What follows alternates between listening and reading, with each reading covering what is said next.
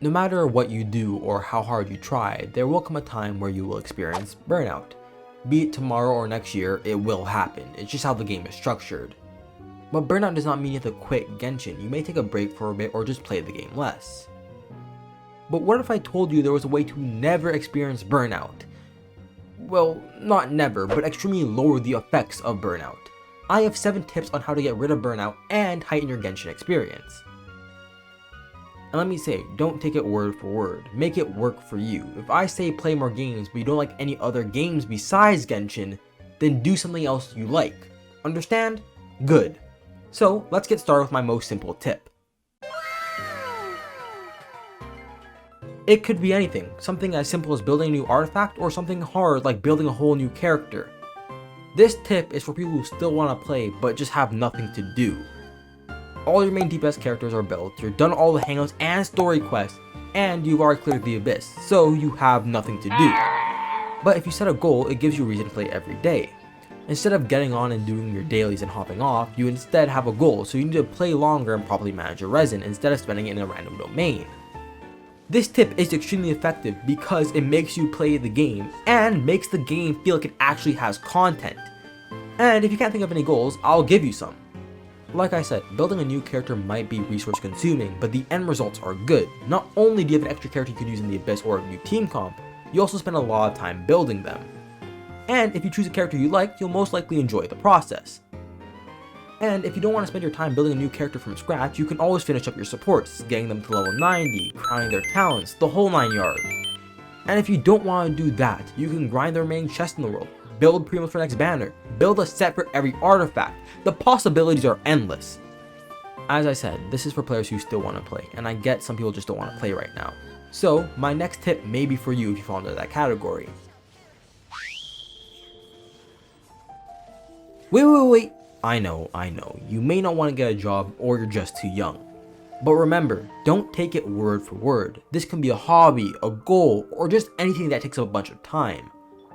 I used a job because it has a double use. With a job, not only do you spend 5 to 8 hours there depending if you're a part or full-time employee, you also gain money, which can help if you want to spend a bit of money on Genshin or just want to save up for something you want. But even if you don't care about the money or getting a job, this still applies. Doing something else that takes up a bunch of time gives you less opportunity to play Genshin, which ironically works to maximize fun. Things like events and quests get backed up, so you end up having a bunch to do when you have the time to play. So you may be playing less, but you're getting more big bursts of fun. Also, playing less makes you miss the game. Genshin is basically a job with no pay. You can overwork yourself. But when you're relaxed and have a break, if you enjoy the game, coming back will feel fun. Like I said, not everyone wants a job for whatever reasons. But there are things you can still do, like learning an instrument, learning to drive, paint, draw, picking up a sport. Anything you want to learn, now is the opportunity. Now, is this kind of a lot to ask for? Yes, but I think this is one of the most effective methods, because it makes you want to play the game, and it gives you a reason to touch some grass.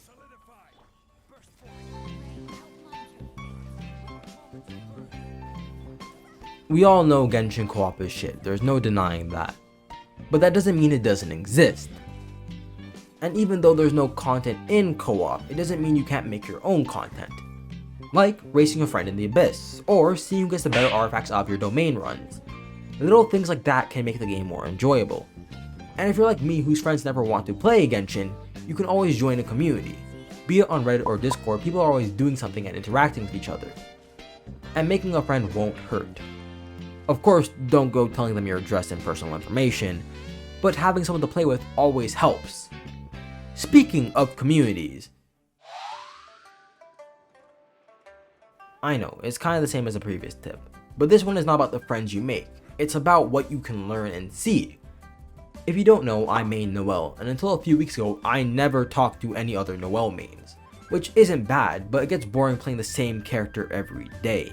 And I was playing around with other team comps as I was getting bored of being the only Noelle player I knew of besides maybe 1 or 2 YouTubers I could find. But it all changed when I found the Noelle mains Reddit. Getting to look at other people's builds and tips on how to build Noelle made me feel a part of a community. Like I wasn't the only player in this game. I also came to realize Genshin's community has a bunch of great and positive people. which confused me because from my point of view, Genshin always looked toxic, thanks to drama and Twitter. Mainly Twitter. But it really shocked me. Maybe the reason I never seen this side of Genshin is because Genshin doesn't really promote their communities. There's not really any reason for a casual player to play co-op as it makes domains harder, or join a community because at the end of the day they're a casual and they don't want to spend all their time on the game. This is the reason I think early game players quit the game and end game players get burnt out. They feel alone. Even if you join a community, it's only going to sustain you for a bit. Because at the end of the day, Genshin won't have co-op content for you when you come back to the game. That's why Windtrace is so popular. It reminds you that there's other players and builds a sense of community. So even though it's not exactly going to fix Burnout, joining a community will make the game feel more full. I guess this goes back to getting a job or picking up a skill or hobby, but this is more realistic and it's something anyone can do. Let's all admit, Genshin is fun. For 30 minutes, which isn't that long. That's an Overwatch DPS queue. So I suggest picking up a side main game. A game they can play that for long periods of time, but lets you work at your own pace. Like Minecraft or Pokemon. Basically any other game that's not a gacha game. The reason for that is Genshin plays like a main game, but has less content than any normal side game. And that's how MMOs and gachas are structured. But they have consistent updates to keep their fans entertained, unlike Genshin. Okay, what I'm saying is, playing Genshin with another MMO or a gacha game will overwhelm you. Maybe you like that, then go ahead.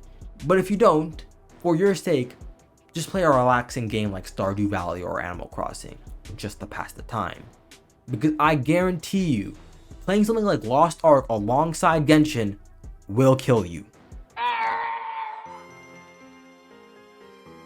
This is our last tip, and it's kind of a double-edged sword. On one hand, you gotta do all the things you want to do on Genshin and get rewarded. If you build a new team, you can make a video on it. If you have any ideas of your own, you can rant about it. If you want to cover news, do it. Making videos makes you play Genshin and stay up to date. But it's still a double-edged sword. You burn out much faster than others. If you enjoy content creation, you won't feel the effects that bad. But if you don't want to put the work in, it will make Genshin much harder to stand. It turns it into a job instead of a game you enjoy.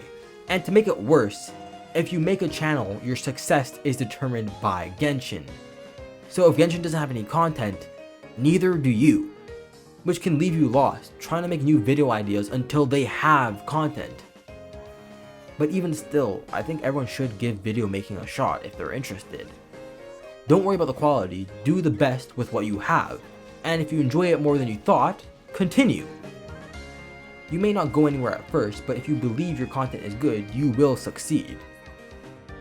Making content on Genshin can re-spark your interest in Genshin, or kill it. It depends on how you look at your channel. So if you do make a channel, just remember, work at your own pace. But with that said, I hope you have a fantastic day.